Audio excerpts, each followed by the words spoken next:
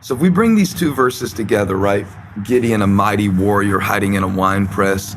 You, an incredible, creative human being, kind of living in a state of constant, chronic distraction and, giving in to the culture around you that wants you to compare and feel terrible about yourself, or compare and feel like you're better than other people, whatever extreme you fall in. This culture of comparison, this culture of cynicism, this culture of reliance on everything else that isn't God, on the seen rather than the unseen. This culture that we seem to live in, where we divide so quickly with people, we can't learn anything from anybody, so we stay in ignorance. The Lord says, go in the strength you have and save Israel out of Midian's hand. And then after Gideon sees the fire of the Lord and is afraid, and God says it's friendly fire, he says, peace, you're not going to die. And they built an altar and called it the Lord is Peace. So I want to bring those two verses together for just a minute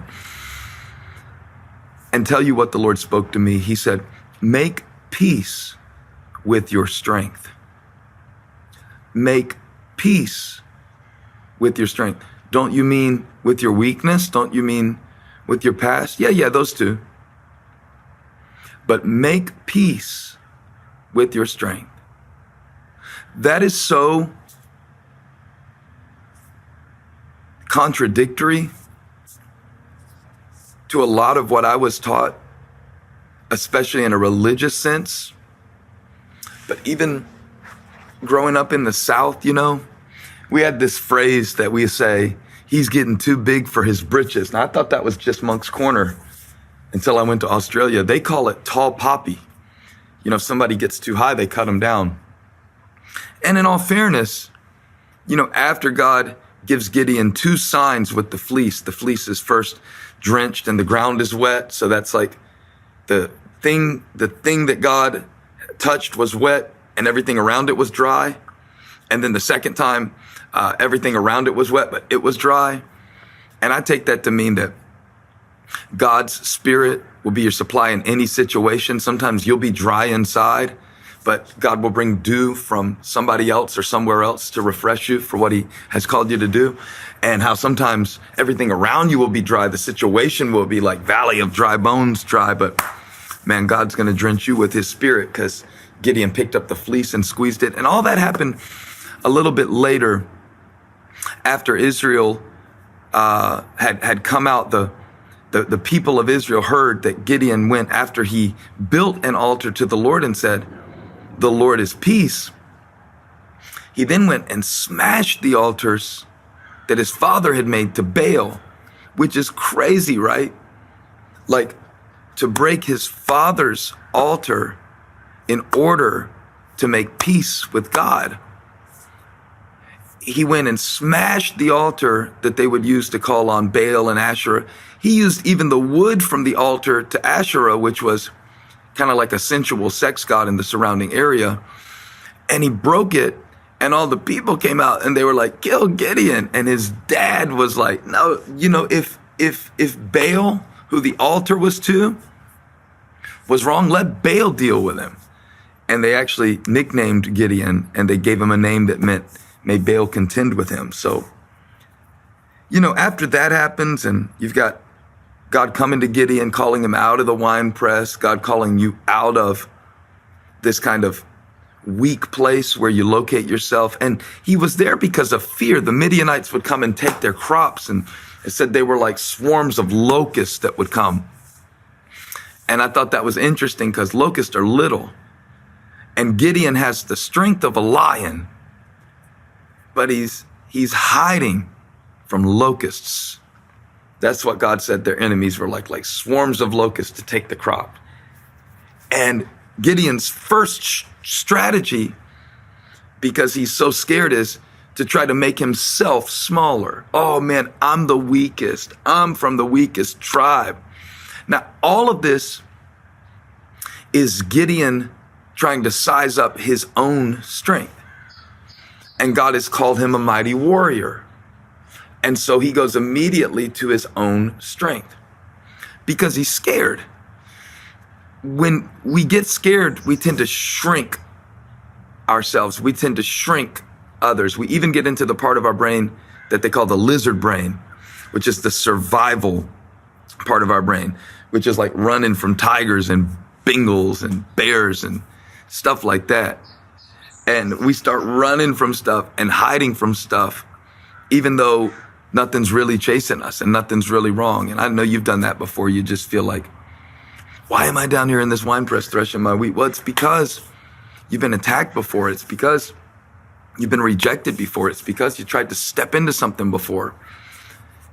And, you know, you look at what's ahead of you in this season of your life and you're like, I'm not as smart as them. I'm not as good as them. And a lot of times, the first step to making peace with God and making peace with yourself and making peace with who he made you to be and who he didn't make you to be, sometimes the first step to all of that is smashing your father's altars. That doesn't mean to me that you go outside if you're a teenager and just start going through your dad's garage and throwing his power tools around because he spent too much time out there and not enough with you. That's not what I mean. I don't mean if your parents drink, you go through smashing their liquor bottles. That'd be kind of bad if you heard me say that. But realistically, though, I think a lot of us never make peace with the strength that we have, the capacity we have, the potential that we have, because we are limited by what we've seen before us. I thought it was crazy how Gideon's dad came out and he's like, hey, let Baal deal with him if he's really God. And of course, Baal didn't and Baal couldn't, because God was with Gideon and God is with you. And there may be some altars that you need to smash, beliefs that you need to smash, agreements that you came into, like everybody in our family does this. Nobody in our family did that. I actually remember this cool moment where somebody was saying to my dad that I would never be able to afford to go to college, talking about me. And my dad never graduated high school. So that triggered at me. It's like, don't you ever tell my boy, you shut up. You don't ever tell my boy he can't go to college. He's like, I'll rob a bank. I'll kill somebody and take their money so he can go to college if he wants to go to college. I'm not saying that's like Christ-like, or like I often joke, that's not going to land him on focus on the family with that kind of parenting, but kind of meant a lot to me. He's like, don't let my limitations become your insecurities. That's what I think he was trying to make sure of there. And this isn't a video devotion about my dad. It just got me thinking about him. I was sharing with a friend of mine a little bit about his story yesterday and how his life was so hard. And my dad was a barber and he never made more than $12 a haircut before he died.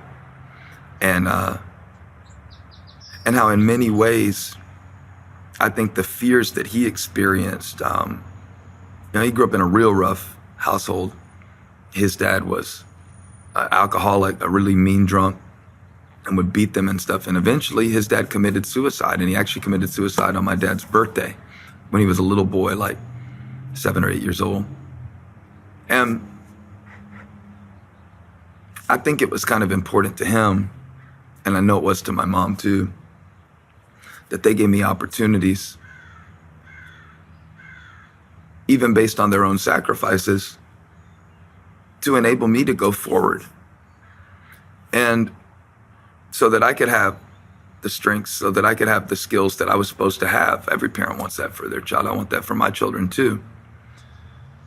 And yet at the same time that they gave me opportunities, there are ways in which God will call me to grow into my own man, my own family traditions. And sometimes moving forward in what God has given me is going to feel like I'm being disloyal to somebody that I love, or something that I always thought, or something I believe.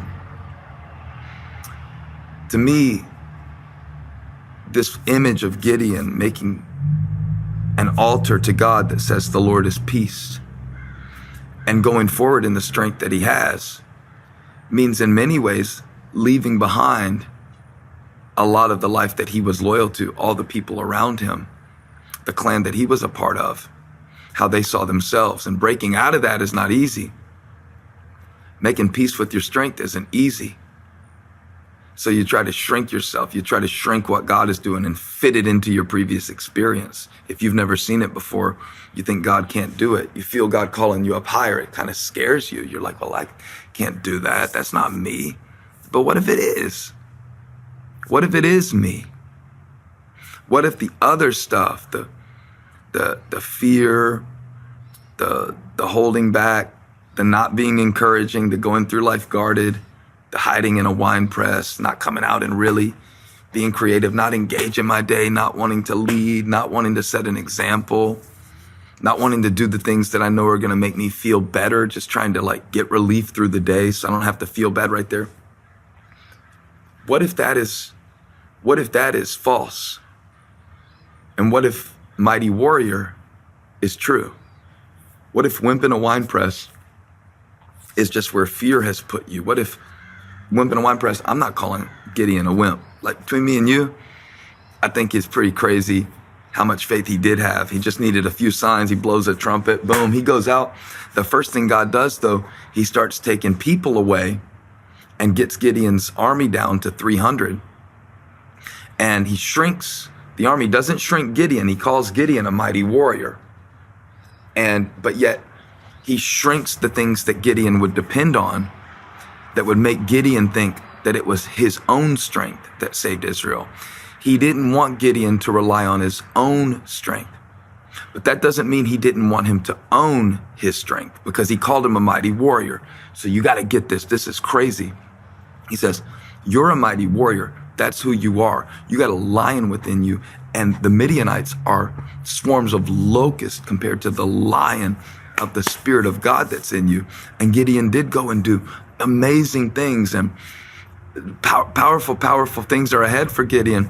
But the first thing that's got to happen is he's got to break his father's altars, which doesn't mean that he hates where he came from. It just means that he's moving forward, and he's got to go, say this out loud, go in the strength you have.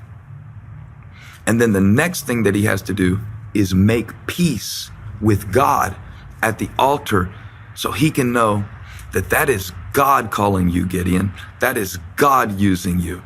And then when God starts removing people who aren't going to be ready for the battle, people who God doesn't intend to move into the next season, it's getting Gideon ready to experience a strength that doesn't come from him. And if you have felt in this season like you've been shrunken, maybe your options, maybe your friendships, maybe your possibilities, maybe your energy, maybe your time has been shrunken, that could be God setting you up to rely on his strength like never before. I want you to go in the strength that you have. What does that mean? It ties into the teaching I've been doing. Do the thing that you would do. Mighty warrior you, capable you, anointed you, the you that has made peace with your strength. When you make peace with your strength, that's because you know it comes from God. It doesn't come from you. You make peace with it. Like, God, these are the gifts you've given me. These are the abilities you've given me. I'm good with being Gideon. I'm good with being Stephen. They had a prompt one time when I was a little boy in class that we thought was funny. It was a vocabulary prompt, and it said, even Stephen knows this word. I don't remember what the context was. I just remember that was funny to me, and we laughed at it. Even Stephen knows this word. And when I was reading this morning, the Lord brought that up as funny. Even Stephen. It's like a little saying. And the Lord was saying, you know, I'm the God of Abraham, Isaac, Jacob, Gideon, and even Stephen. Because I'm like, man, Lord, I'm from Moncks Corner. I'm from Manasseh. And I wasn't a star athlete at Berkeley High School. I was like a water boy. And God, you want to use me to speak to people, influence people? That's crazy. I'm not a trained or crazy talented musician. Like, I talk. That's what I do for a living. That's my strength. I speak. And what do we say about people who talk? They're all talk. Talk is cheap. So I come to God sometimes like, all I know how to do is talk, and I don't even know if I'm very good at that sometimes. You know, and the Lord is bringing me into a season that he's the God of Abraham, Isaac, Jacob, Gideon. and the God of me. Like, I'm here where I'm supposed to be, doing what I'm supposed to do. Make peace with that. Make peace under the oak of your Orpah, that I'm making peace with my strength. I think a lot of times we talk about accepting your limitations, and that's great. But that should lead to making peace with your strength and action. When you accept your limitations, it shouldn't paralyze you and make you go, oh, I can't do that. Let me just sit back and watch YouTube for 4 hours because I can't do that. I don't have any opportunities over here. Nobody's calling me. Nobody wants me. No, go in the strength you have. Do the thing that you would do. If you believed you were a mighty warrior, what would you do? So do that. Do that. And I thought about how when you hear about a target, they always say it's harder to hit a moving target. How God's telling Gideon, get going. Be a moving target. If the enemy's going to hit you, don't let him find you in the wine press. If you're going to fail, I wrote this down the other day. I may end in failure, but I will not live in fear. And boy, that thing got in me when I said it. I don't mean that I am a failure, but shoot, man, I don't know how my story's going to end. I don't know if I'm going to win great victories in every season or climb up or fall down. I don't know any of that, all right? But if God is with me, then I got to go. And if I'm going to get hit by the enemy, I'm going to do it while I'm moving towards something that's worth moving toward and enjoy my life and make peace with my strength. I hear God saying to somebody, that's me that you're running from. That's me calling you. That is the real you that I'm trying to show you. Don't reject it. When you feel yourself going like, man, maybe I could be more of a patient person. Maybe I could be more kind. Maybe I could be more encouraging. Maybe I could do these things. Maybe you could. Go in the strength you have and find out what it can be. But the first step to going in the strength that you have, you got to be grateful to God for it. It insults God when we diminish that. It does. So make peace with your strengths so that you can be at peace with the God who gave them to you. Don't fight the fire God has given you. Don't fight the flow he's given you. Don't downplay yourself to fit in with people that, honestly, a lot of times are weaker than you are. And don't worship at the altar of everything that your family knew. God might have brought you into the season to even set some of them free. There are so many applications of this. I know we could take it to crazy places. I hear the Lord saying, make peace with your strength.